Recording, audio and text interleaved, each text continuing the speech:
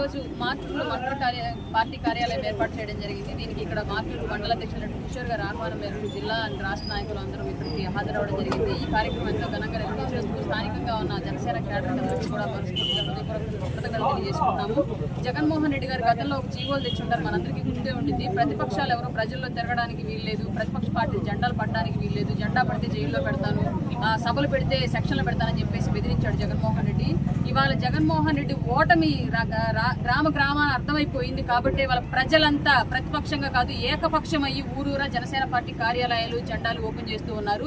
ఇది రాబోయే రోజుల్లో జగన్మోహన్ రెడ్డి ఓటమికి అలాగే జనసేన కూటమికి గెలుపుగా భావిస్తూ మేమందరం ఈ స్థానికంగా ఈ పండుగను ఎంతో సంతోషంగా జరుపుకున్నాం.